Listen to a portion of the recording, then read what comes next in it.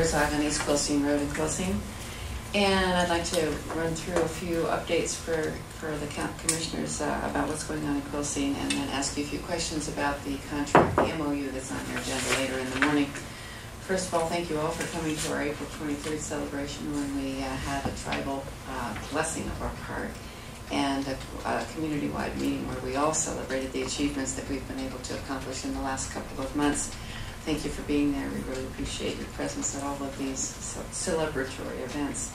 Last Thursday, we took delivery of $4,500 worth of plant materials in order to plant the town and make it look more appealing to people driving through and to the people who live there. So those plants will start being planted in the next several weeks, and I think you'll see a real difference in downtown Quilcene.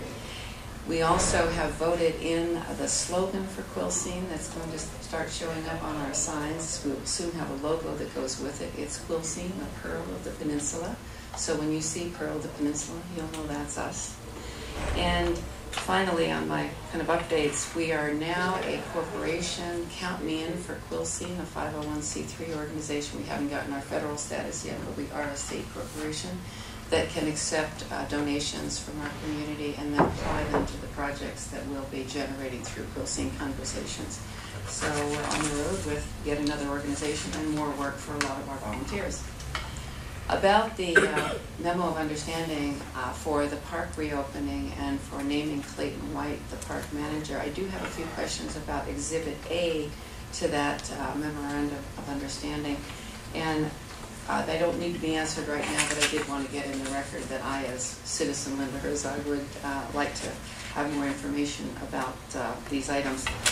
There is a direct expenditure budget that was unbudgeted at the time you passed your budget of $1,020 in order to keep the operations of the park going. And half of that is to come from the county's capital fund, as I understand it, and the other half from fees, assuming we have a certain number of people staying in the park at $12, I think it is, a day. The two of the items on the agenda are confusing to me. One is processing of fee revenue, and that is said to be roughly 40% of the budget, I think. And another item of taxes, and I don't know what the taxes are, so it would be good to understand what those two items are. And on the next page of the set of questions that I've given you are a number of questions about who manages the additional volunteers aside from Clayton White, who is our capital V volunteer. Is it his responsibility to make sure that the State Highway Patrol clearances are given? And is it his responsibility to do all of the training? Clayton hasn't asked these questions, but I'm asking them on behalf of the community because I anticipate there'll be more contracts like this that may come our way as we volunteer more and more to help the county keep the facilities open. Thanks very much. Thanks, Anne.